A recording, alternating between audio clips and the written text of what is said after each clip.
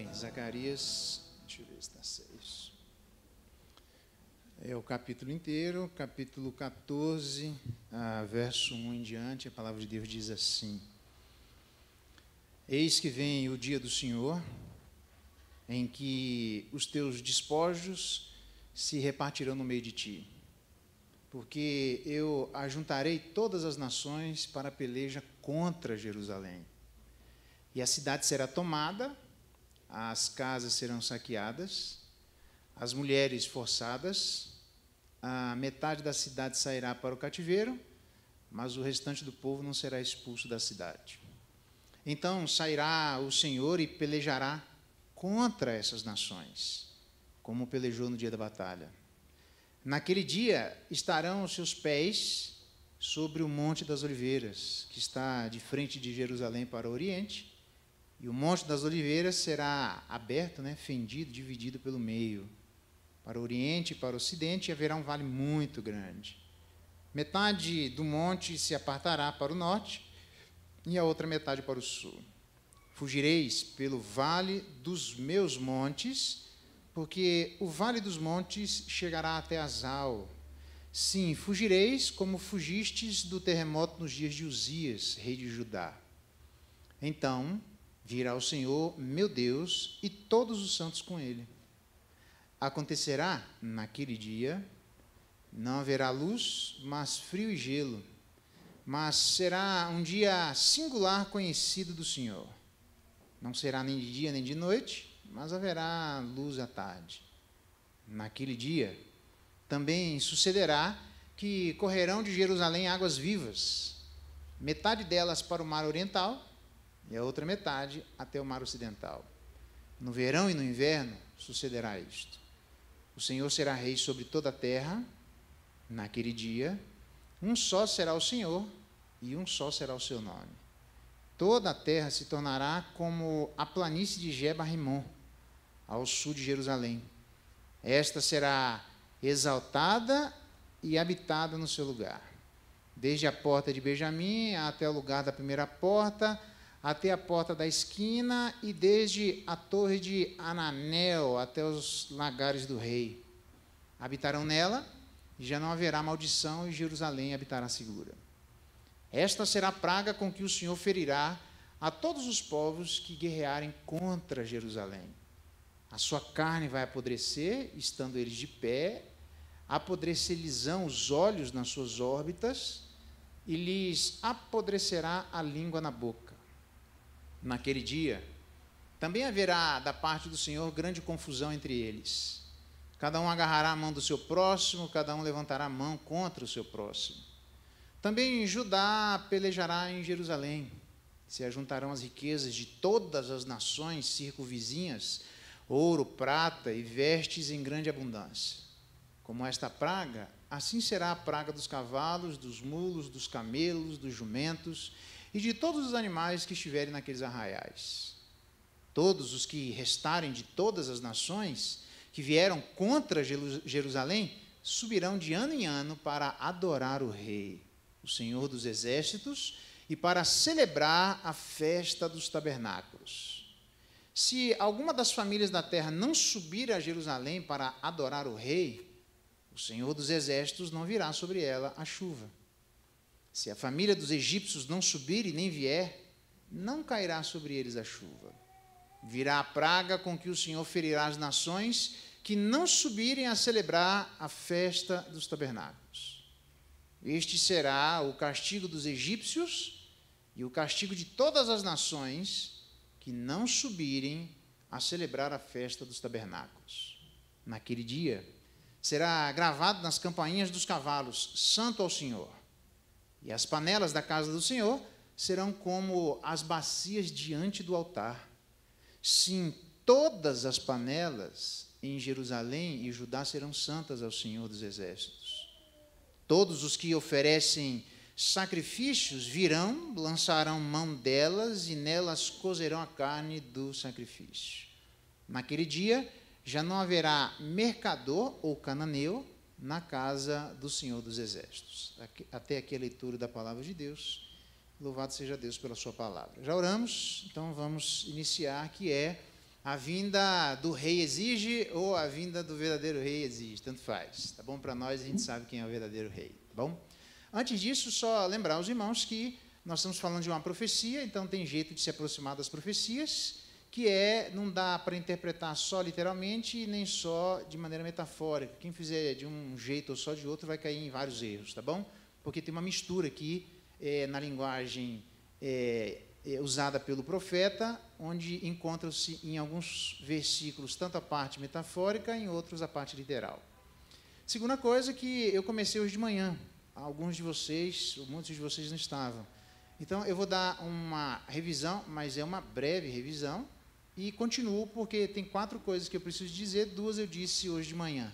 Eventualmente, caso vocês queiram ver com mais detalhes os 2 primeiros aspectos, vai estar aí no site da igreja, é só acompanhar depois lá, para depois acompanhar os outros 2, que eu preciso terminar esse texto hoje de manhã, senão a gente vai ficar aqui hoje à noite, né?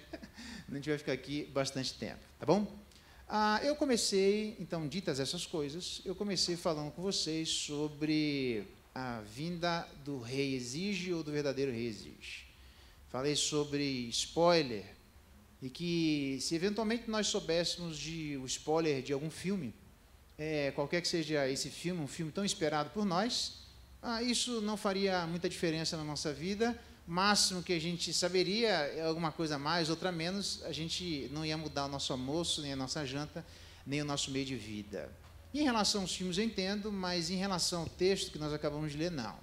Porque aqui literalmente é um spoiler, muita gente se engana, aliás, a ênfase é uma ênfase equivocada, quando eles entendem que a Páscoa, por exemplo, faz menção à encarnação, ministério terreno, morte, ressurreição e ascensão de Jesus Cristo. Mas a Páscoa ainda continua apontando para a consumação. Então, é um erro quando nós enxergamos apenas a ascensão de Jesus Cristo e nos esquecemos da consumação de Jesus Cristo. Porque esta Páscoa estava prevista lá atrás, e lá atrás estava apontando para frente. Quando Jesus Cristo veio, que nós comemoramos a ceia hoje de manhã, não teremos a ceia à noite só para aqueles que farão a profissão de fé. Então, a Páscoa lá atrás apontava para a vinda de Jesus Cristo, e ainda a Páscoa lá atrás continua apontando para a segunda vinda de Jesus Cristo. O próprio Jesus Cristo, através da pena de Paulo, disse isso, quando ele falou que recebi, eu também vos entreguei, e ele dá todas as orientações, entre elas que nós devemos comer e beber e anunciar a sua morte até o seu retorno. Logo, a Páscoa, que refere-se à encarnação, ministério terreno, morte, ressurreição e ascensão de Jesus Cristo, aponta para o último pedacinho, que é a consumação. E antes da consumação, muita coisa vai acontecer, e é sobre isso que nós precisamos prestar atenção, porque aqui tem um spoiler com bastante detalhes. Zacarias dá isso àquelas pessoas, que certamente, diferentemente de um filme, aqui nem Spielberg teria tanta imaginação aqui para poder fazer isso, nem Jornada nas Estrelas chega perto disso aqui, mas é bom a gente ficar de olho, porque tem vários desafios a todos nós. Eu quero dar desafios àqueles que já fizeram sua pública profissão de fé, e desafios àqueles que ainda não fizeram a sua pública profissão de fé. Entre as coisas, nós vimos que ele foi, Zacarias, trazendo uma palavra à igreja naquele momento, que eles estão voltando do exílio e os muros estão destruídos, e, portanto, isso era sinônimo de exposição e vulnerabilidade. Assim como cada um de nós, se não tivermos os nossos muros bem construídos, como diria Provérbios, como cidade derrubada que não tem muros, assim aquele que não tem domínio próprio. Então, a falta de domínio próprio faz com que fiquemos vulneráveis e expostos, tanto quanto as cidades que não tinham muros também ficavam vulneráveis e expostos. Significa que, quando Isaías chegou lá, isso só vai ser reconstruído uma geração depois da morte de Zacarias, os muros. Então, a invasão era algo absolutamente real, já que eles não tinham muros, e a paz, algo muito ilusória naquele momento para a igreja, naquelas circunstâncias, pela falta de muros. A pergunta que fica, então, é como reconstruir os nossos muros espirituais, que eventualmente estejam em ruínas, e experimentarmos a paz que excede todo entendimento hoje, a despeito do ataque que já sofremos e outros que ainda sofreremos. Mas não precisamos esperar, assim como aquela galera esperou um Neemias vir, porque, na verdade, para cada um de nós já veio o nosso Neemias. O nome dele é Jesus Cristo. E, semelhantemente ao que ele diz, entre outras coisas, para promover a libertação, trazendo segurança e paz, Jesus Cristo veio, é esse outro Neemias, e reconstruiu os muros da nossa vida. E hoje, se estivermos com ele, teremos tranquilidade e paz. Mas, para isso, ações precisam ser feitas. A primeira delas, preparação. Verso 1 e 2, claramente demonstram a cidade de Jerusalém sendo tomada. Eis que vem o dia do Senhor, verso 1, em que os teus despojos se repartirão no meio de ti, porque eu ajuntarei todas as nações para a peleja contra Jerusalém. E aí, o que vai acontecer na cidade, certamente é fruto daquilo que nós vimos no verso 9 do capítulo 3, é uma continuação, porque Deus está trazendo isso sobre a igreja, graças a Deus, porque às vezes a igreja vai inchando de gente que não é verdadeira, gente que é mentirosa na sua profissão de fé, a gente vai ver isso aqui um pouco mais na frente, e Deus faz essas coisas para chacoalhar, para tirar quem está atrapalhando a verdadeira semente dos filhos de Deus. A gente não tem condição de saber quem é, mas Deus faz. Deus faz isso aí aparecer, e vamos ver que tipo de preparação a gente precisa ter, porque logo antes da vinda de Jesus Cristo, alguma coisa bastante interessante vai acontecer, que demandam ações na nossa vida. Verso 9, farei passar, do capítulo 13 de Zacarias, farei passar a terceira parte pelo fogo, purificarei como se purifica a prata, e aprovarei como se prova o ouro. É isso que ele vai fazer com a igreja logo antes da vinda dele. Ou seja, nós passaremos por muitas tribulações. Paulo já disse isso, através de tribulações, fortes provas terrenas, nós recebemos benefícios espirituais. Paulo disse assim, através de muitas tribulações, nos importa entrar no reino dos céus. Eu acho que tem gente que imagina que antes da vinda de Jesus Cristo vai ter um incômodo mais ou menos de pequena monta social, familiar ou do trabalho, mas não é isso que vai acontecer.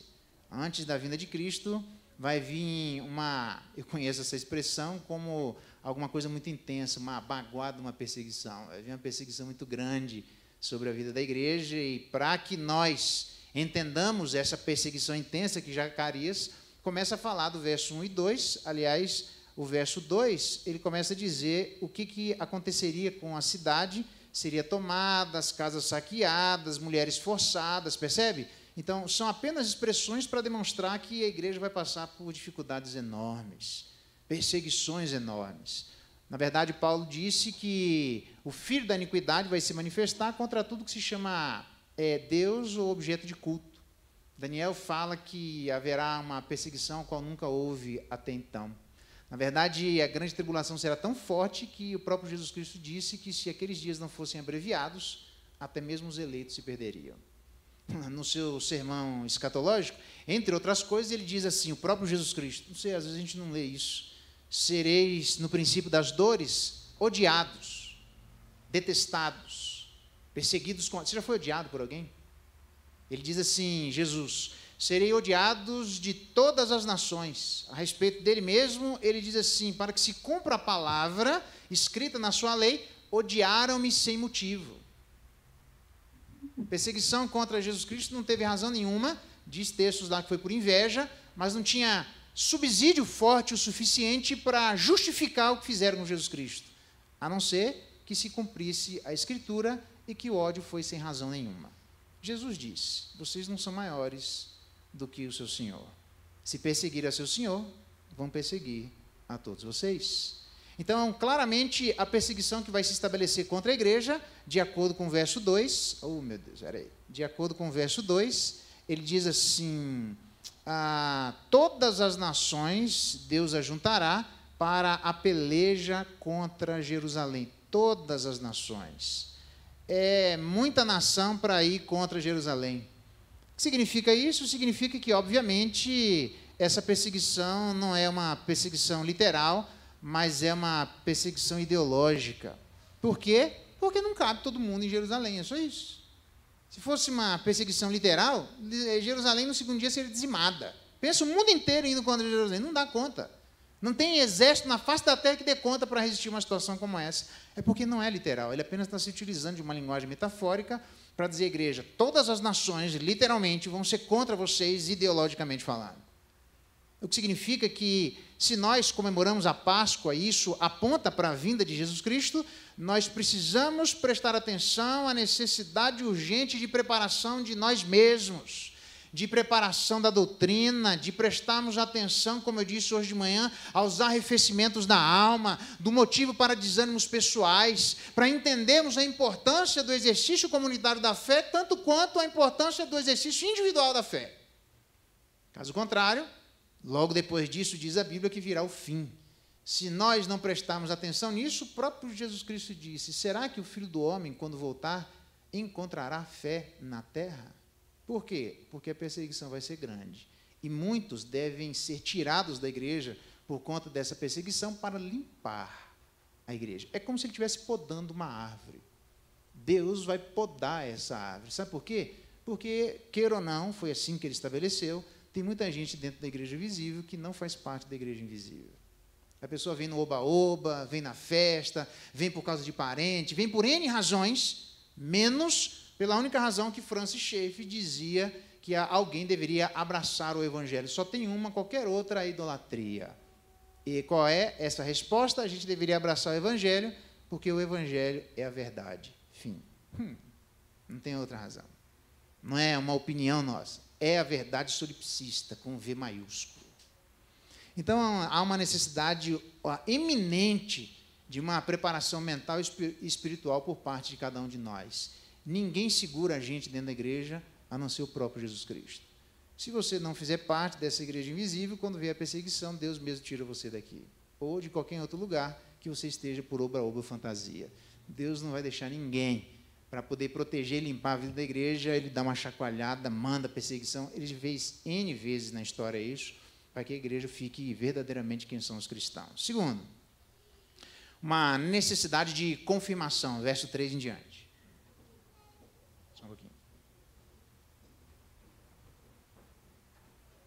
Confirmação, Deus sairá a pelejar contra as nações, como pelejou no dia da batalha. Veja que no verso 2, ele ajuntaria todas as nações para pelejar contra Jerusalém. Agora, a partir do verso 3, o próprio Deus sai para pelejar contra as nações que pelejaram contra Jerusalém. Tem gente que acha, toma, a igreja, precisa aprender, né? Precisa aprender. Isso, fica tranquilo que a sua batata vai assar também. Tem perseguição para todo mundo, fica de boa. Porque todos aqueles que mexeram na menina dos olhos de Deus, Deus vai atrás de cada um deles. Então, nesse sentido, é uma necessidade de confirmação. Por quê? Porque Deus nos dá subsídios históricos, diz aí no finalzinho do verso 3, como pelejou no dia da batalha. Eu expliquei isso, que dia da batalha é esse? O dia da batalha do passado. Pensa naquelas pessoas lá no momento de Zacarias, vindo do exílio, os muros destruídos. Naquele momento, para trazer uma palavra de esperança às pessoas, Deus está dizendo àquelas pessoas: olhem para trás, olhem para as batalhas que Deus historicamente já fez lá atrás. Cristianismo tem nada a ver com lições morais. Lições morais, se não tiverem substrato histórico, são esoterismo protestante. Nós não somos esotéricos, irmãos. Para que não caiamos imaginando que não importa se Jesus Cristo, no final das contas, morreu, ressuscitou. O que importa é a moral, que ele diz que a gente não minta uns aos outros. Negativo, importa sim, senhor. Há muita diferença, é por isso que as pessoas, quando vão falar da história da humanidade, começam com os gregos e não começam lá atrás. Por que eles não começam lá atrás? Eu já perguntei isso. Não é que eu estou dizendo para vocês, não. Eu já perguntei isso nas universidades várias vezes. Por que vocês estão ignorando uma quantidade enorme de história que existe de vários povos lá atrás? É simplesmente porque eles querem eliminar a ideia de uma revelação pública. Nada que começa na revelação pública de Deus no Novo Testamento não começa no Novo Testamento, que já não tinha sido começado lá atrás, de aproximadamente quase 6 milhões de pessoas diante do pé do monte, onde Deus está manifestando e dando as tábuas da lei. Quer dizer, não foi história da carochinha, alguém que estava, como eu não vou nem dizer quem, né? Mas tem um grupo religioso que tinha alguém do lado de cada cortina dizendo que estava recebendo uma revelação da parte de Deus e uma pessoa do outro lado esperando essa pessoa dizendo que estava conversando com Deus dizer o que ela estava falando. Mas ninguém via absolutamente nada. Então, o cristianismo é bem diferente. Nós temos aproximadamente 6 milhões de pessoas, o monte fumegava, o monte tremia, Moisés falava, e cada vez que Moisés falava, Deus respondia em trovão, um trovão cada vez mais alto, as coisas tremendo, e aquilo foi de tamanha grandeza, aquela revelação de Deus, tanto quanto as outras revelações, que o povo, quase 6 milhões de pessoas, dizia para Moisés: Moisés, fala-nos tu, mas não nos fale Deus, porque senão nós morreremos. Por isso que a galera não gosta de falar do Antigo Testamento, onde está o substrato histórico. Aí é fácil, até eu, se elimina aqui e vai para lá. Assim não, vamos ser honestos, nem vou dizer as outras desonestidades intelectuais, é porque eu animo com isso, né? Não com a desonestidade, mas com o reconhecimento dela, mas eu não quero gastar meu tempo nisso, apenas leia lá, porque foi isso o que aconteceu, esse substrato histórico, várias batalhas eu demonstrei, e os montes das oliveiras fendidos pelo meio, onde haverá um vale muito grande, onde ele diz os meus montes, são só demonstrações de que Deus providenciaria tudo que a igreja tem necessidade para fugir da grande perseguição. A Páscoa nada mais é do que o nosso verdadeiro general, mais do que no Êxodo, que se manifesta na história, e uma perseguição intensa contra a vida de Jesus Cristo. Se lembra de Herodes matando as crianças de aproximadamente 2 anos para baixo? Certamente os soldados não iam pegar na certidão do nascimento para saber se tinha 2 anos ou não. Morreu muita gente, mais do que na época de Moisés, que eram só os recém-nascidos. Recém-nascido dá para saber quem é recém-nascido. Na época de Jesus Cristo não dá para saber. São 2 anos para cima. E eu não ia contar com a certidão do nascimento. Então, a perseguição na época de Jesus Cristo era muito maior do que a perseguição na época de Moisés, que certamente foi uma perseguição grande, mas incomparável com a perseguição de Jesus Cristo. Significa que mesmo que as pessoas persigam a igreja de Jesus Cristo, ele sempre haverá um vale muito grande construído por Deus a cada um de nós. Está aí manifesta a Páscoa, esse vale, o véu se rasga de cima a baixo, e todos nós temos um vale para poder sair destas perseguições. Então, se eu e você cairmos, é porque a gente quer cair. Não é porque Deus não dê condições. Não vos sobreveio tentação que não fosse humana, mas Deus é fiel, não permitirá que sejais tentados, além das vossas forças, pelo contrário, juntamente com a tentação, Ele proverá livramento, de maneira que possais suportar. Se a gente não aguenta de pé, é porque a gente não está buscando como deveria buscar. Ou é porque a gente nem crente não é, e Deus está fazendo a gente cair para se afastar da igreja. Esse é um jeito. Então, a demonstração aqui, literalmente, é de que todos nós devemos confirmar com o substrato histórico, mas confirmar também que nós estamos sendo convidados a participar de um cortejo divino. No verso 5, Deus virá com todos os santos com ele. Pergunta é, quem são todos os santos com ele? Resposta, para resumir a ópera, tanto os anjos quanto aqueles que morreram em Cristo, e nós os que ficarmos encontraremos com ele nos ares, beleza? Então Deus vem com todo aquele cortejo celestial, os anjos não caídos junto com eles, aqueles santos eleitos, ajuntados e amealhados pelo Senhor durante a história, e aqueles que estiverem vivos juntamente com ele. Então, diante desse grande cortejo, todos nós participaremos junto com Jesus Cristo. Então, para participar desse cortejo tem que ser crente, tá, irmãos? Se não for, o cortejo é outro. Eu vou demonstrar aqui qual é o outro cortejo, tá? Mas para a gente participar junto com Jesus Cristo, é importante a necessidade de confirmação, baseado na história e baseado nesse convite honroso, que todos nós confirmemos que, de fato, somos crentes em Jesus Cristo. Agora sim, nós entramos no terceiro ponto. Então, até agora, para ficar claro, a vinda do verdadeiro rei exige preparação, mas exige também confirmação. O que mais que ele exige? Ela exige a terceira coisa, que é conversão. Eu gosto, aqui eu gosto. 6 ao verso 11, ele vai manifestar essa necessidade de conversão. Verso 6, acontecerá naquele dia que não haverá preciosa luz, nem espessa escuridão. Será um dia conhecido do Senhor, nem dia nem noite será. O que é isso, nem dia nem noite, né? Que coisa estranha. E acontecerá que no tempo da tarde haverá luz. Naquele dia também acontecerá que correrão de Jerusalém águas vivas, metade dela para o mar oriental, a outra metade para o mar ocidental, e para demonstrar a sua continuidade, primeiro a longevidade, depois a continuidade, a longevidade para o mundo inteiro através do mar oriental e ocidental, e a continuidade através do inverno e do verão. O Senhor, diz o verso 9, será rei sobre toda a terra. Esse é o ponto do verso 6 até o verso 11, o ponto principal. Deus, o Senhor rei, será rei sobre a terra inteira. Nesse sentido, a gente precisa prestar atenção, porque quando ele vier, haverá nada mais essa descrição de não será nem dia nem noite, mas terá luz à tarde, que eu nem sei o que é isso. Isso aqui é só uma expressão para demonstrar que não haverá um dia semelhante a isso. Será um dia absolutamente incomum. Apocalipse chega ao ponto de dizer que a cidade não precisa de sol, nem de lua, para lhe darem claridade, pois a glória de Deus a iluminou e o Cordeiro é a sua lâmpada. E diz o texto que é um dia conhecido do Senhor, de acordo com Jesus Cristo, o dia que o Pai reserva para a sua exclusiva autoridade. Então, a igreja precisa aprender que haverá nesse dia uma necessidade de conversão, singularidade, não é um dia como outro qualquer. Haverá também um dia que manifesta pela sua generosidade estes rios. Todos nós sabemos, de maneira ainda que um pouco empírica, intuitiva, que Jerusalém não tinha água fácil. E aqui, de repente, ele começa a demonstrar que existe abundância de água fluindo para todos os lugares, não só Oriente ou Ocidente, mas de maneira absolutamente contínua. O que ele quer dizer com isso? Ele quer dizer que as bênçãos da salvação serão transmitidas por intermédio de Jerusalém, que, diga-se de passagem, o Jardim do Éden era regado por 4 rios que corria sobre o Jardim do Éden. Tem uma visão de Ezequiel que explica exatamente o que são estas águas correndo sobre Jerusalém. Diz assim, presta atenção. Então me disse, estas águas saem para a região oriental e descem a campina e entram no Mar Morto, lembra? Mar Morto, cujas águas ficarão saudáveis. O mar morto vai ser um mar vivo. Para transformar um mar morto em mar vivo, tem que acontecer muita coisa, porque é um mar, não é um pouquinho de água. A cura vai ser tamanha que ele diz sobre o mar morto.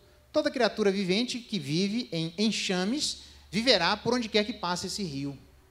Haverá muitíssimo peixe, e aonde chegarem estas águas, tornarão saudáveis as águas do mar. Tudo viverá por onde quer que passe esse rio. Percebe a ideia de cura? Junto a ele se acharão pescadores, desde En-Gede até em Eglaim. Haverá lugar para se estenderem redes. O seu peixe, segundo as suas espécies, será como o peixe do mar grande, em multidão excessiva. Para o mar morto, peixe em multidão excessiva. Os seus charcos e pântanos não serão feitos saudáveis, serão deixados para o sol. Junto ao rio, as ribanceiras de um lado e de outro, nascerá toda sorte de árvore que dá fruto para comer ao lado dos rios. Não fenecerá a sua folha, não faltará o seu fruto nos seus meses, produzirá novos frutos, porque as suas águas saem do santuário. É comida ininterrupta. O seu fruto servirá de alimento e a sua folha servirá de remédio. Então, o que ele está dizendo aqui, que na verdade está sendo mencionado aí em Zacarias, é literalmente que, já que eram águas que não corriam facilmente de maneira histórica e geográfica lá em Zacarias, no meio do povo de Israel, agora tem água em abundância, tem alimento e tem cura por intermédio do povo de Israel. O que significa que só pode ter alimento e cura por intermédio do povo de Israel se o povo de Israel for de fato israelita. Se de fato as pessoas que estiverem lá forem crentes. Diz o Salmo 46 assim: há um rio cujas correntes alegram a cidade de Deus. Todos nós bebemos dessa água por intermédio da nossa fé em Jesus Cristo. Por isso que a Bíblia diz que aquele que acredita em Jesus Cristo, dele fluirão rios de água viva. Então, quando tem alguém que diz que é da igreja, que não consegue ter vida abundante, nem para ela e nem para os outros, a pessoa deveria se perguntar se de fato ela faz parte da igreja. Não, mas eu faz 30 anos que eu sou da igreja. Não, você não está entendendo. Você precisa fazer parte da igreja real. Porque se nós fizermos parte da igreja real, obrigatoriamente, não é porque nós queremos, tem nada a ver com a nossa vontade. Nós, sem Cristo, não podemos absolutamente nada, irmãos.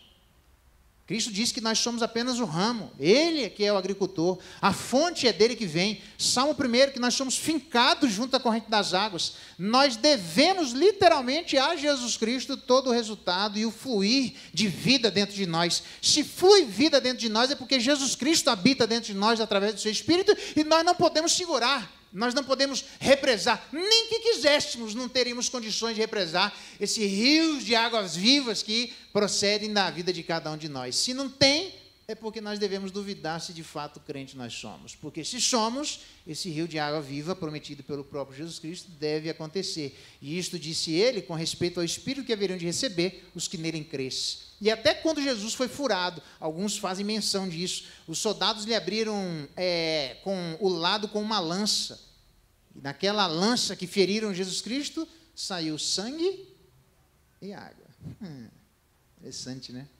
Então, é bom a gente ser crente, é bom a gente perguntar se nós somos crentes, porque se somos crentes, há uma necessidade, não tenha dúvida alguma, na vinda do rei, de nós, dessa manifestação toda, ter abundância, não só da singularidade do dia, mas também da generosidade da água, abundância de coisas que correm através de nós. Tem muita gente que diz, pastor, eu não sei o que eu preciso fazer para experimentar a vida abundante. Resposta, seja crente, só isso. Não inventa, irmão. Não tem nada mais glorioso.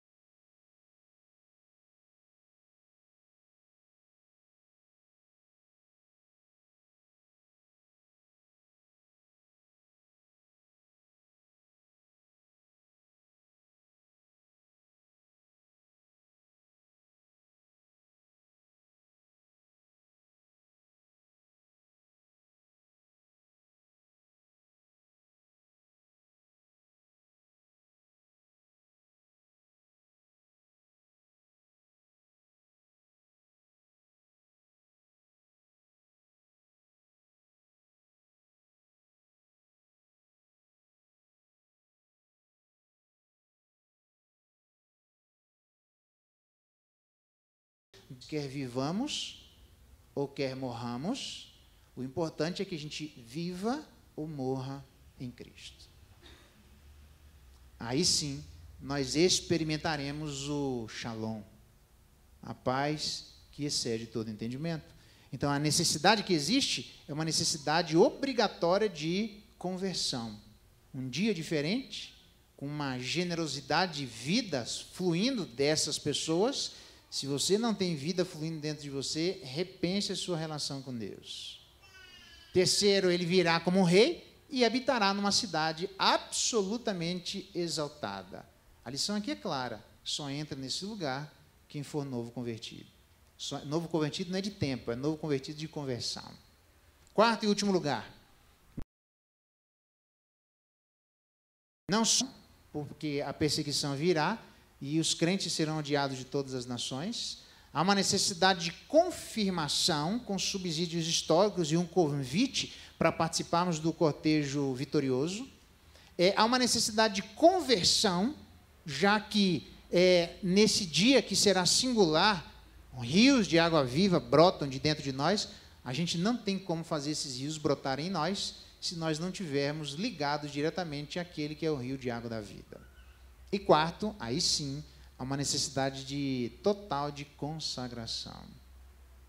É interessante porque do verso 12 até o verso 21, ele dá 4 juízos e uma ilustração para demonstrar isso que eu estou dizendo a vocês. Primeiro julgamento, verso 12. Verso 12 diz assim, deixa eu abrir aqui, verso 12 diz assim: esta será a praga com que o Senhor ferirá todos os povos que guerrearam contra Jerusalém. Estando eles de pé, o primeiro julgamento vai apodrecer a carne, os olhos e a língua. A carne como um juízo de Deus sobre aquilo que nós fizemos por intermédio do nosso corpo. Porque todos haveremos de comparecer diante de Deus para respondermos pelo mal ou bem que nós fizemos por intermédio do corpo. A gente não é anjo sem corpo que vai levitando, isso não existe, não. O mal que a gente faz é pelo corpo, e o bem que a gente faz também. Então, aqueles que fizeram mal pelo corpo, agora vão receber em troco a paga daquilo que fizeram.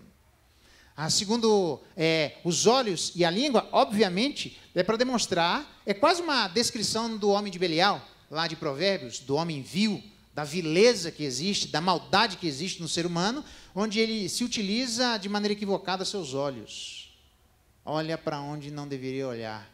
E como diria o próprio Jó no capítulo 31, como, pois, fixaria eu os meus olhos numa donzela, eu que fiz aliança com o Senhor? Que parte ou herança eu receberia da parte de Deus se eu não usasse os meus olhos corretamente? Graças a Deus que está isso escrito, porque isso não tem nada a ver com o ministério pastoral, tem a ver com o ministério do pastor. O pastor está prestando atenção onde nós estamos utilizando os nossos olhos, e não o pastor, porque eu não estou em todo lugar, e mesmo que estivesse, não dá para perceber todas as coisas que nós fazemos com a maracutaia nos nossos olhos, mas Deus está observando, e aqueles que usaram o seu corpo de maneira equivocada, a sua carne vai apodrecer. Aquele que usaram seus olhos de maneira equivocada, seus olhos vão apodrecer. E aquele que usaram a língua de maneira equivocada, eita coisa maravilhosa, isso, os linguarudos vai cair tudo, aqui a língua vai cair, nunca mais vai ser linguarudo na vida, por quê? Porque não vai ter mais língua.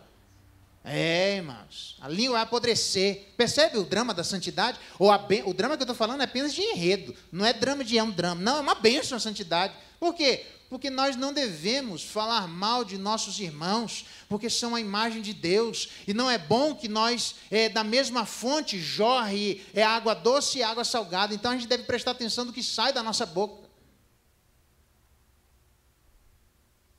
Nós não podemos usar a nossa língua de qualquer jeito, mas teve gente, a gente estudou isso em Pedro, que lançou injúrias sobre a igreja, que se utilizou da língua para difamar a vida da igreja, que fez com a língua aquilo que não deveria, porque por inveja entregaram Jesus Cristo, e na hora de entregarem Jesus Cristo, eles pagaram determinadas testemunhas que falaram mentiras a respeito de Jesus Cristo, e Deus está anotando tudo isso aí, está na conta dessa galera, faz o que quiser com a língua, que depois você recebe tudo aquilo que você fez em relação à língua, você e eu, porque todos haveremos de responder por uma só palavra que sai da nossa boca.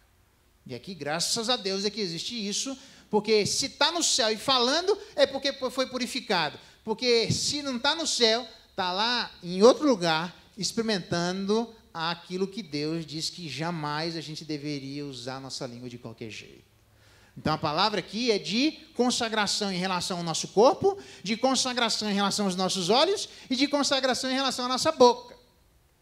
E não sou eu que estou vendo. Graças a Deus que tem outro pastor vendo. É melhor a gente se preocupar com esse outro pastor. Eu aqui sou fraco, sou café pequeno, mas esse daí ainda tem uma galera anotando, porque no último dia não passa. Então, se nós estamos utilizando de maneira equivocada o nosso corpo, olhos e línguas, e diferente de sermos um homem de Belial, nós deveríamos nos parecer mais com um homem de Nazaré. Diferente de usar o corpo como homem de Belial, deveríamos usar o corpo como homem de Nazaré. E, em vez de utilizarmos os nossos pés para corrermos rapidamente para o mal, deveríamos usar os nossos pés para anunciarmos as boas novas do Evangelho. E, em vez de usarmos a nossa língua para difamar, amar nossa boca para abençoarmos a vida das pessoas que precisam ouvir a respeito do Cordeiro de Deus. Estou gostando disso aqui. Principalmente porque não sou eu que estou olhando isso daqui. Eu é que tenho que olhar para mim e você olha para ti. Porque se a gente usar de maneira equivocada, esse é o primeiro julgamento. O segundo julgamento diz aí no verso 13. Naquele dia também haverá, da parte do Senhor, grande confusão entre eles. É interessante porque essa confusão, isso já tem muitos exemplos na história de Deus mesmo trazendo confusão à vida das pessoas. O rei Josafá, para você ter uma ideia, quando lá atrás as pessoas foram contra o rei Josafá, os filhos de Aminon e de Moabe se levantaram contra os moradores de Monte Seir, para destruir e exterminar. Tendo eles dado cabo dos moradores de Seir, ajudaram uns aos outros a destruir-se. Veja que interessante. Ajudaram uns aos outros a destruir-se. No inferno haverá ódio, em sua mais cruel e detestável forma. O pecado é a causa de todas as disputas na terra, dentro da igreja ou fora da igreja. Isto são causas infindáveis que existirão no inferno, recursos e mais recursos que não terão mais condições de buscarmos um tribunal superior, mas certamente esse tribunal superior já foi. É aqui na terra que a gente deve buscar. Já que muitos não fizeram uso disso, nada mais é o inferno do que o pecado em sua plena liberdade. Terceiro julgamento, verso 14. Diz a palavra de Deus assim: também Judá pelejará em Jerusalém, olha só que interessante, e se ajuntarão as riquezas de todas as nações. Lembra o que geralmente acontece numa guerra quando há um vitorioso? A primeira coisa são os despojos, ok? Então lembra que no versículo 1, Jerusalém, todas as nações irão contra ela e ela será o quê? Saqueada. Então a galera faz o que bem entende da igreja hoje. E passa por cima da igreja, em alguns países mais, em outros países menos, e a galera patrola em cima, e ganha dinheiro de maneira absolutamente equivocada, e pega despojos e toma daquilo que não é seu, e faz uso e acaba matando a vida das pessoas quando você se utiliza daquilo que não deveria ser seu, mas deveria ser uso de bem comum. Exatamente aquilo que as pessoas fizeram contra a igreja, Deus vai fazer contra estas pessoas. Se eles tiraram da igreja as riquezas, aquilo que poderia trazer um determinado conforto material, Deus vai tirar de todas estas nações tudo aquilo que serviu durante a face da terra de conforto e alegria terrena para estas pessoas. Aquilo que eles tiraram da igreja vai ser no último dia tirado deles. Traduzindo, a palavra é óbvia, a gente deveria prestar atenção se as coisas que estão dentro de nós são nossas. Se nós não estamos fazendo uso de coisas que não são nossas. Se nós estamos pegando coisas que não nos pertencem. Se nós estamos abusando na maneira de cobrar das pessoas, seja lá o que for, a respeito dos nossos serviços. Até para cobrar tem limite, irmãos. Eu gosto lá dos Estados Unidos, tem um nome, Sebastião vai dizer melhor o nome aí, eu não sei o nome, mas eu sei que tem. Quando tem época de guerra, as coisas essenciais não podem ser cobradas, não tem isso? Tem uma lei nos Estados Unidos que você não pode cobrar. Por quê? Porque entra uma destruição, vem um furacão, os caras põem um galão de água a R$250. Não, irmão, que isso? Isso é coisa essencial. Não pode. Não, mas eu estou vendendo, aproveitando. Não é oferta e procura? Não, nem tudo é oferta e procura. Marcha a bola. Então, nos Estados Unidos tem lei. Então, no reino dos céus também tem lei para isso. Eu nem preciso da lei americana, porque existe uma lei universal dizendo que eu não devo fazer uso indevido daquilo que não é meu. Então, se a gente está pegando aquilo que não é nosso, repense a maneira de construir a sua vida. Por uma razão simples. Tudo que nós pegarmos que não for nosso, vai ser tirado das nossas mãos. Quarto julgamento, verso 15, aliás, exatamente. Do verso 16 ao verso 19, ele já falou dos 4 julgamentos, agora ele fala da festa dos tabernáculos. A única coisa que ele quer demonstrar com isso, não é que o cristianismo vai voltar ao judaísmo. Ele diz lá, no verso 16, todos os que restarem de todas as nações subirão de ano em ano para adorar ao rei e celebrar a festa dos tabernáculos. É apenas uma linguagem para as pessoas entenderem a necessidade que existia da parte dessas pessoas de estarem diante de Deus, fazer o que eles deveriam sempre ter feito, adorar e celebrar, que é o que nós fazemos. Só que ninguém pode chegar diante de Deus naquele momento sem que seja com o objetivo de adoração e celebração. Eventualmente, se aquelas pessoas não quiserem ir, elas não terão desculpas, porque diz o verso 17, se alguma das famílias da terra não subir, não virá sobre ela a chuva. Se a família dos egípcios, é estranho, né? E a família do egípcio vai adorar o Senhor dos Exércitos para demonstrar que haverá diante de Deus gente de toda tribo, língua, povo e nação. Representantes de todos os povos estarão diante de Deus. Todavia, aquele que não subir para adorar, a chuva de Deus não vai vir sobre estas pessoas. O verso 15 que eu acabei pulando aqui diz assim, ó, como esta praga, dita anteriormente, será a praga dos cavalos, mulos e camelos, jumentos e todos os animais. É apenas para demonstrar que a cobrança de Deus é tão grande, que ninguém, absolutamente ninguém, escapa da cobrança de Deus, que até mesmo os animais, aqueles que eram usados para transporte e usados para trabalho, até mesmo eles seriam cobrados. Você vê isso lá no Êxodo, quando Deus mata todos os primogênitos, inclusive dos animais. Você vê isso no jejum apregoado lá em Jonas, quando toda a cidade se arrepende e o rei agora dos ninivitas prega um jejum, inclusive para os animais. O que os animais têm a ver com jejum? Tudo. Porque se a terra é afetada de bem, isso afeta todo mundo, até os animais. Só que se a terra é afetada de mal, isso afeta todo mundo e até os animais. Então a mão de Deus vai chegar em todo mundo, inclusive sobre os animais. Ninguém vai escapar. Por isso que está escrito o verso 15, inclusive os animais. Mas ali tem uma palavra escrita lá em Zacarias, é bem interessante quando ele diz assim, a respeito da presença de Deus, onde ele diz assim, olha só, o nome, eu não sei se você sabia disso, mas eu pelo menos, sei lá, se eu lembrava, o nome da cidade, desde aquele dia onde Deus habitar, o nome dela será, o Senhor está ali. Não está em Zacarias, tá? Isso aqui está em Ezequiel. Apenas estou demonstrando que o nome da cidade onde Deus habita é o Senhor está ali. E onde Deus está, ele disse para Moisés, tira a sandália, porque você está pisando em terra santa, eu não sou igual a vocês. Eu não sou homem para que minta, nem filho do homem para me referir dessa forma. Então, eu sou ser humano quando vou encarnar, mas eu sou muito diferente de vocês, absolutamente diferentes. Então, se Deus é diferente, exige uma necessidade de total consagração daqueles que se dizem convertidos ao Senhor. Graças a Deus, isso não tem nada a ver com a liderança da igreja, não tem nada a ver com o pastor, com os diáconos, ou com as visitas que são feitas ou não. Se nós estamos ligados na videira, o fruto que deve vir deve ser coerente e consistente com aquilo que nós dizemos que estamos ligados com a videira verdadeira. E a última expressão está lá no verso 20 e no verso 21, onde ele aparece, as panelas da casa do Senhor serão como as bacias diante do altar. As bacias onde eram feitos os sacrifícios e as panelas. E o que ele está dizendo nada mais é que aquilo que era considerado mais santo, agora não haverá um lugar mais santo e menos santo, todos os lugares serão santos.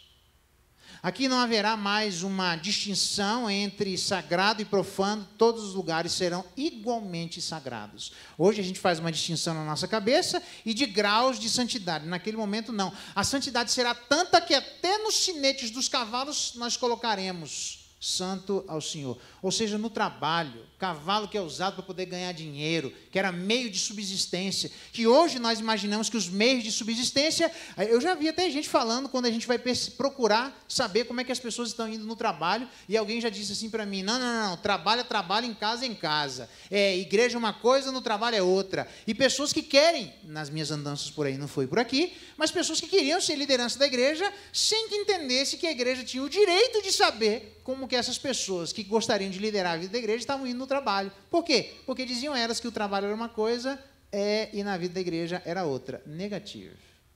Isso aqui, se é uma realidade no céu, isso aqui precisa ser uma realidade aqui na terra e começar agora. Por isso é que a Bíblia diz que, normalmente, a liderança tem bom testemunho dos de fora.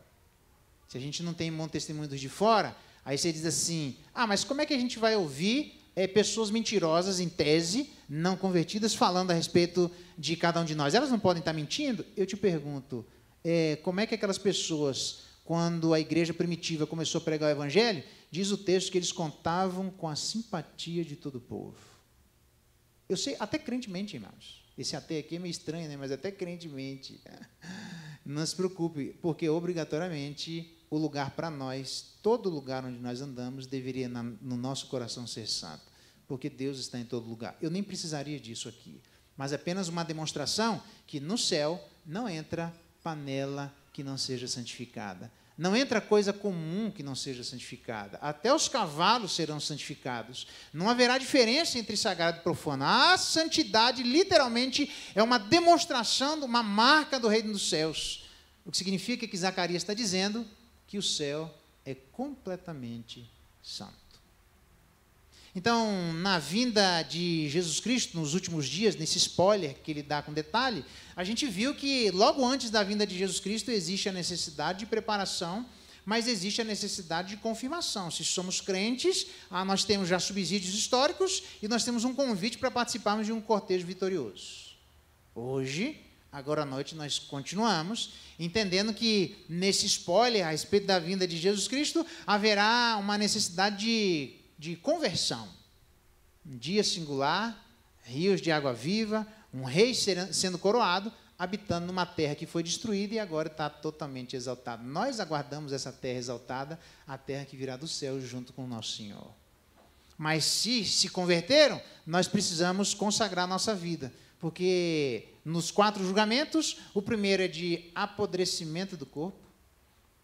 Cuidado com o que a gente faz com o nosso corpo. O segundo é de angústia e confusão. Já vários exemplos históricos de angústia e confusão proposto pelo próprio Senhor. Despojamento total é daquelas pessoas que não forem adorar na festa dos tabernáculos ano a ano.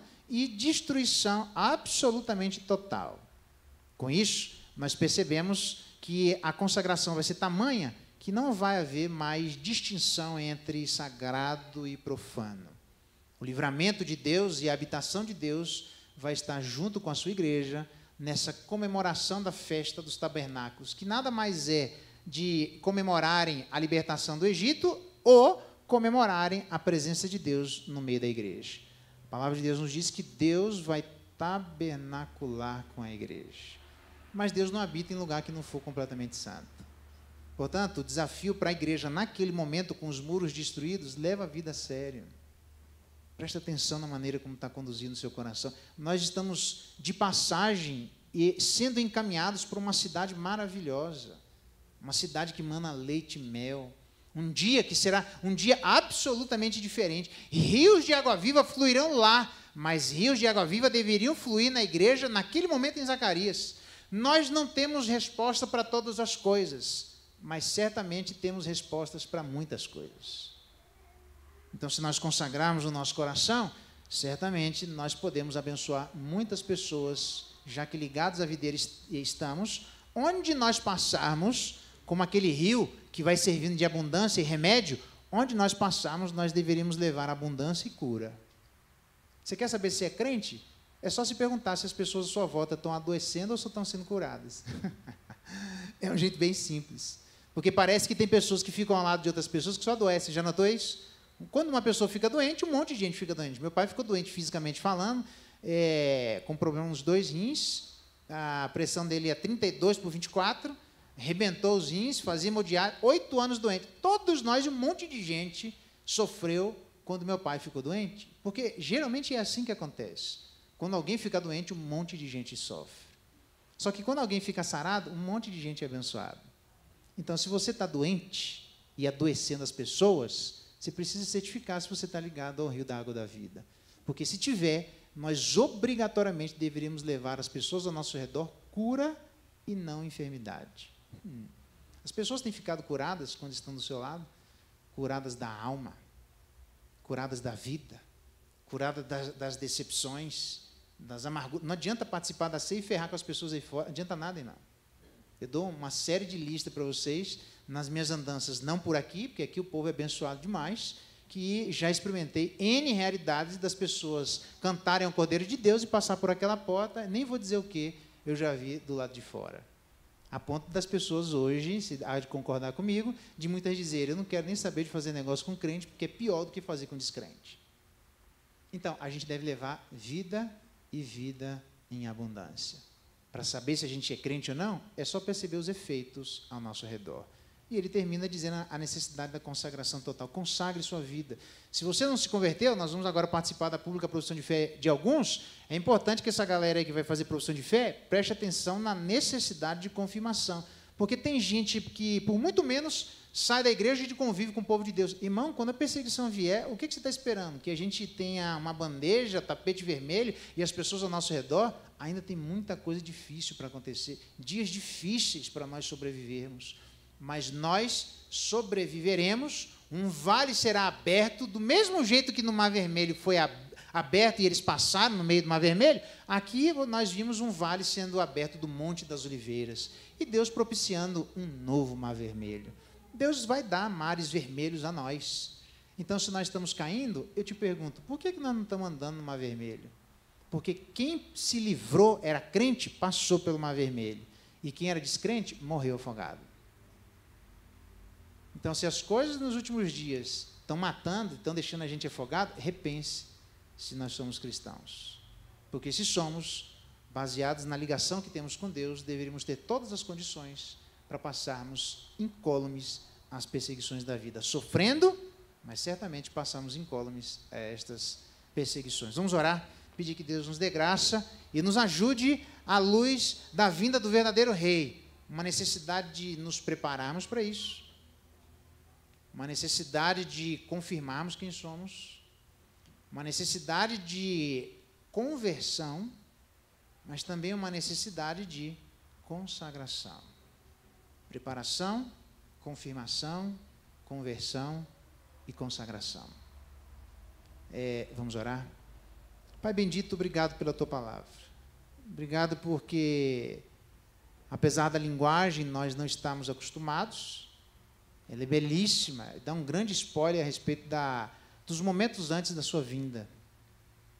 Dá-nos graça, Deus, para que todos nós possamos participar com a alegria do Teu povo. Confirma no nosso coração, ó Pai Celestial, quem somos. A nossa identidade, a nossa nova identidade em Cristo Jesus. Derrama graça sobre cada um de nós e naquilo que temos necessidade, nos ajuda na preparação, a nos prepararmos mais, a prestar atenção em quem somos. As perseguições ainda virão de maneira intensa, suntuosa, mas graças ao Senhor nós passaremos livres por todas elas. Ajuda-nos a produzirmos fruta 30, 60 e 100 por um. Dá-nos graça, Deus, que haja nessa igreja conversões e mais conversões, porque um só será rei sobre todos, e todos haverão de adorar e celebrar ao rei naquele dia. Isso precisa começar aqui agora.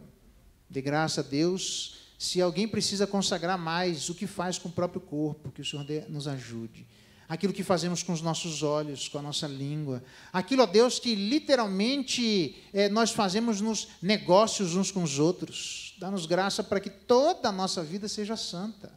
Se há alguém aqui com necessidade de santidade, que possa encontrar vivendo na Tua presença.